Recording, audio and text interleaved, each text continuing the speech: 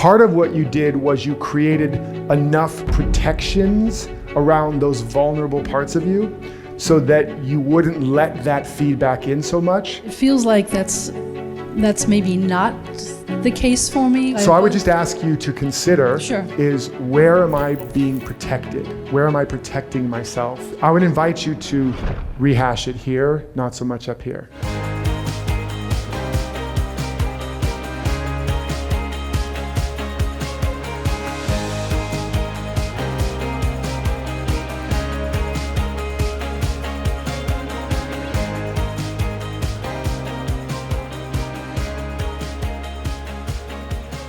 So now I just want to talk a little bit about what is some of those core life code paths.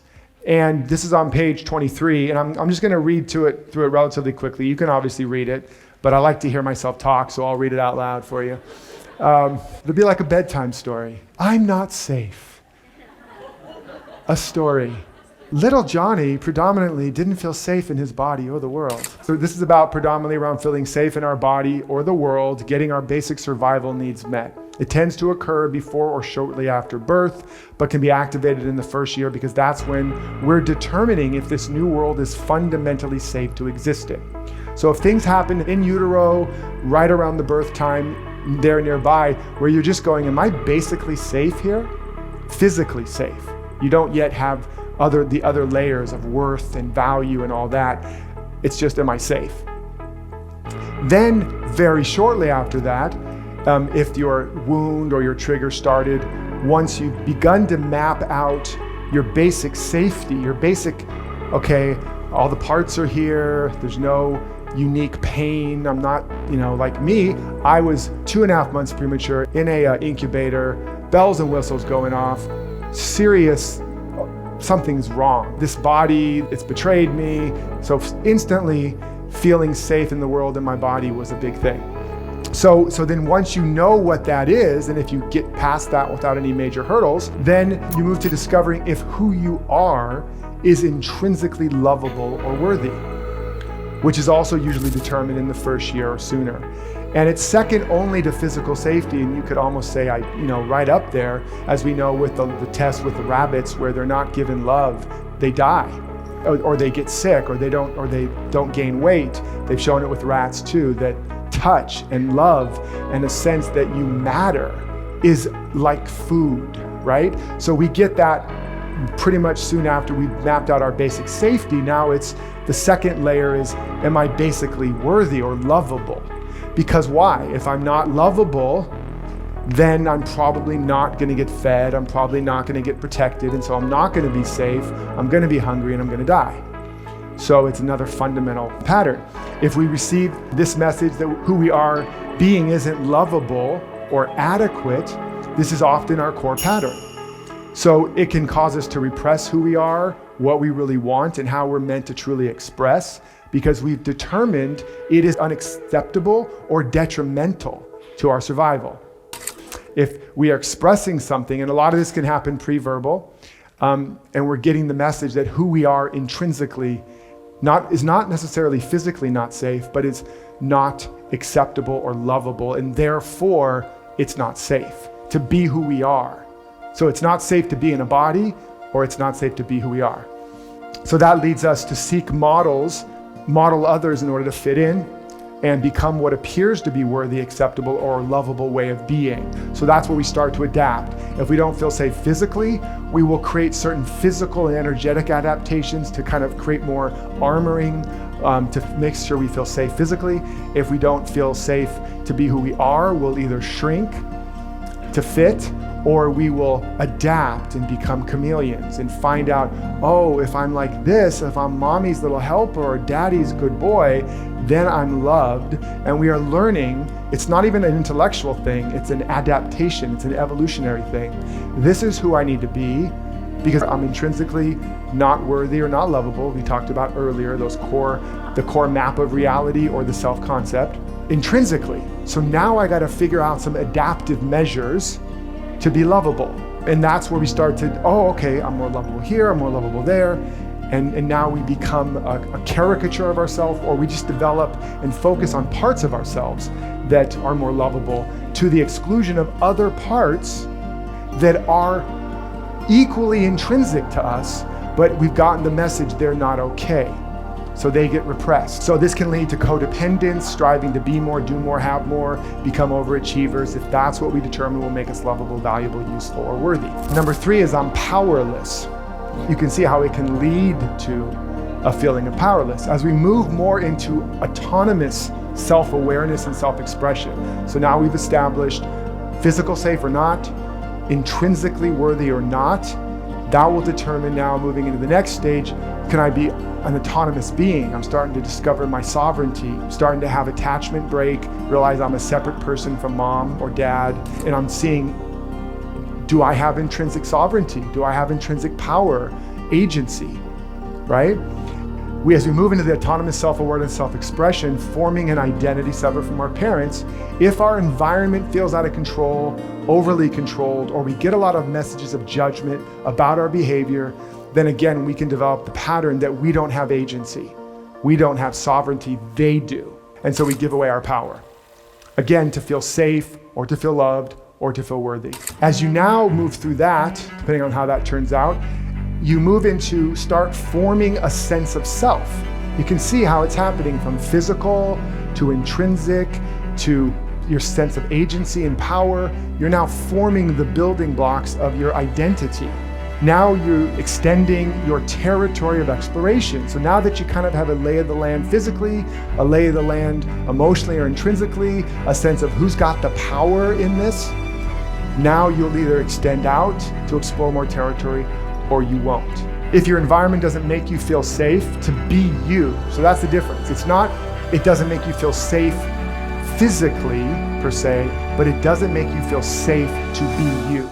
Now, with your unique identity, you now are testing, as I will extend my expression of myself further and further if it's safe to be me. And then that's where we get into trust.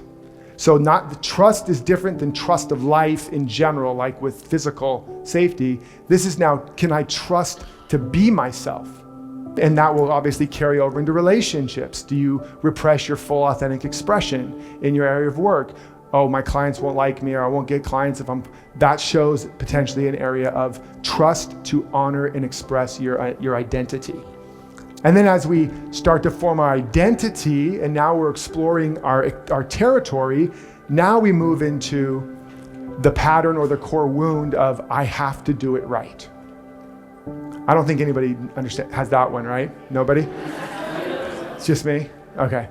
So this wound usually happens, it could happen between 3 and 5, but it can be longer. And during this period when your performance now, so now you've got physical safety or not, you've got emotional safety or not, you have a sense of agency or power or not, you have the ability for self-expression and expanding and claiming more territory in terms of trusting your self-expression is safe. Now you're being judged on who you are and your level of performance in the world. And your sense of self can be determined by that. What you accomplish, how well you perform. Usually this occurs because you get some validation for who you're being. So similar to the previous pattern, this creates a sense that who you are intrinsically isn't enough and isn't safe to just be yourself. However, when these messages occur later rather than earlier, when your identity is more intact and you have had validation, you've had some validation on who you are, but not yet validation on how you perform, what you do. You see the difference? So then that's where this wound can happen. Because now you're expressing yourself, you're doing it, and it's not enough, it's not good enough, it's not right, etc. So you end up trying to be better and do better and get better grades and achieve more and achieve more and achieve more, so that finally your performance, which now has become your identity, can make you feel like you're enough. So these are the core patterns upon which all basic patterns are built. Can you all kind of feel or see yourself in one or more of these? Is there anybody that doesn't? You don't see yourself in any of these? I think you might be are you from the star system Sirius? Or Pleiadians or something? So I can see that I've gone through some of those in the past. But well, you've gone through all of them, but you're seeing, right. You're actually seeing where they resonate. Right, but I don't feel I don't feel that I'm in any of those now or have been anytime recently. The closest one, the not being able to trust. I went through a work situation several years ago where that was the case, where I felt attacked on every side. But I was able to get out of that and have spent probably the last 5 years healing from that. Both in that and with the core issue exercise, I went through all kinds of things that I said, is this the case for me? Is this the case for me? And then I kept coming up with counterexamples. No, it's not, because you've done all of these other things in your life. None of these is true for you currently. Right. Well, so now that's a good, thank you for that question. Give me your name again. Kiva. Kiva. Doesn't that stand for something? It was Life, name given to or- me later in life. It's a sacred chamber in the Hopi structures. Got it. buildings. Sacred chamber of the Hopi structures. Nice. We want to be aware. It doesn't mean we are all suffering fully from all of these at the same level we did before.